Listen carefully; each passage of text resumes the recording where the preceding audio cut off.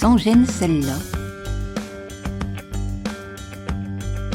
Comme je remonte la lourde couette sur mes épaules, quelqu'un dans l'ombre de la pièce voisine s'agite.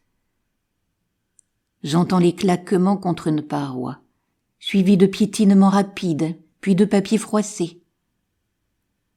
Le silence qui suit me fait croire que ces bruits sortent tout droit de mon imagination. Soudain, un léger couinement fend le silence. Cette fois, le doute est levé, et moi-même, je me levai.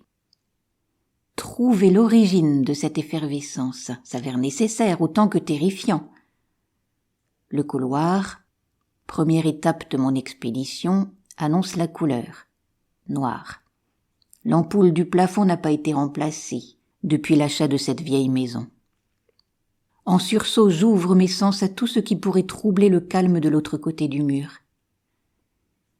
Et je ne tarde pas davantage à exprimer mon impatience par un soupir. L'air épais et tiède de la cuisine où je pénètre ne contribue pas à apaiser mon angoisse. Je décide de patienter jusqu'au matin s'il le faut, assise sur le sol, seule et pourtant certaine d'une compagnie indésirée. J'attends. L'inconnu ne tarde pas à se manifester. D'abord, telle une ombre longeant le bas du mur à gauche, puis réelle. Grise, poilue, ronde et si petite.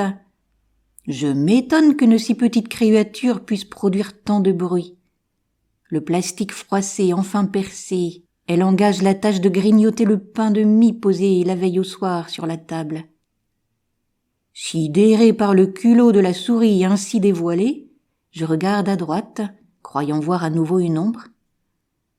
Mon regard se retourne vers la table du méfait, mais la coupable a disparu, semant derrière elle de minuscules petits pépins de pommes. Déception. Non seulement elle est petite, mais en plus preste. Ainsi, la traque de cette grignoteuse, gigoteuse s'avère difficile. La nuit s'écoule sans que le sommeil ne s'accapare de moi. Je décide alors d'accrocher sur les murs et les placards de la cuisine des photos de chats. Mon intention est cependant plus diabolique qu'efficace. Mais mon plan d'attaque s'élabore. Telle une guerrière solitaire, je m'imagine battante. Les images de la victoire qui se dessinent déjà dans mon esprit provoquent sur mon visage des rictus nerveux. Peut-être la souris est elle aussi une maman qui lutte vaillamment pour ses petits. Au petit matin, malgré cette nuit blanche, je me sens ragaillardie et prête à mettre les choses au point sur cette colocation. L'espiègle personnage a disparu de ma vue, et je sais bien que les jours suivants, nous serons un peu plus nombreux à la maison, tout homme et animal confondus.